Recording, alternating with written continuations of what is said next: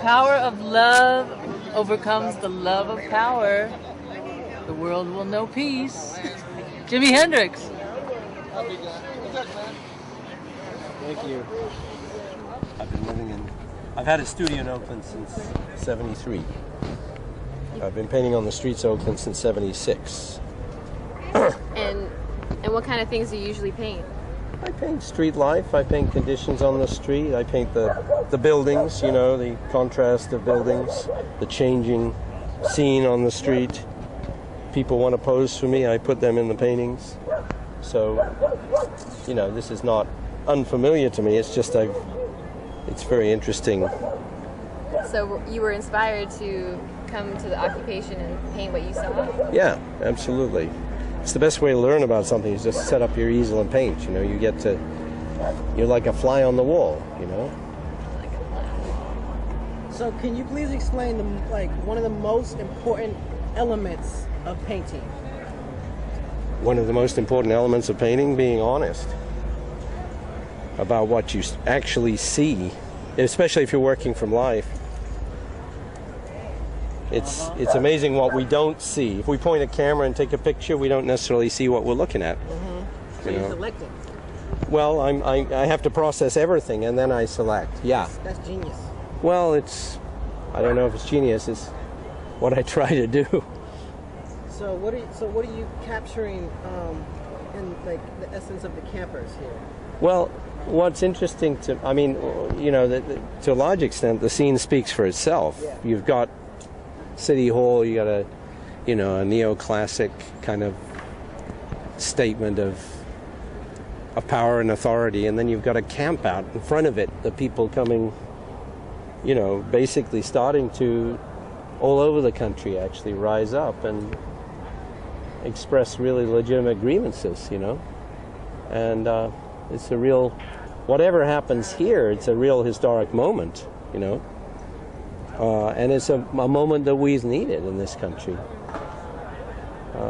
We need people to stand up for their rights and kind of halt this takeover of the country by the corporations.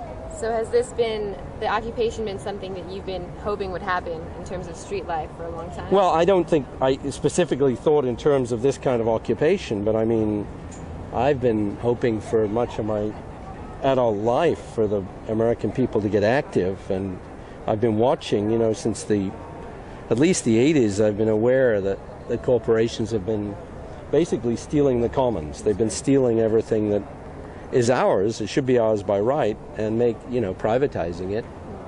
And ultimately you run into a situation like this where the huge portion of the country is impoverished by that behavior. So yeah, you kind of, like a lot of people, I was wondering when people would finally get mobilized. Well, thank you for painting such a scene. We really appreciate your words. What's your name? Anthony Holdsworth. I'll give you I think I have one left. Here, I have a website with a pile of stuff on it. Thank you so much. Do you have a message for art kids out there who are learning and who can be inspired by your art? Is there any important message that you want to say? Well, if you work hard at it and you do it with as much love and attention as you can, there's no limit to how good you can get for anyone. Drawing is the most fundamental thing. People got to be able to draw to paint, and paint what you see. Paint what's really going on. That's a big problem. There's not enough of that happening.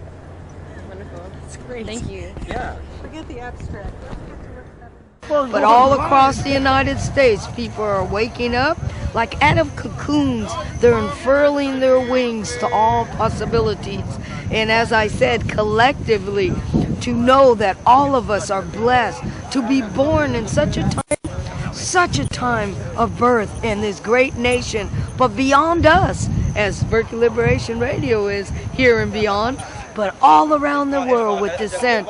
It is about that sweet dissent, choosing to be fertilizer, sowing seeds of awakeness, to give everyone a voice, but especially our children, our future, our youth, our sweet baby youth. We're not stopping till we win, 'cause we're real American. Occupy, occupy, occupy. We're here to represent the 99%. occupied.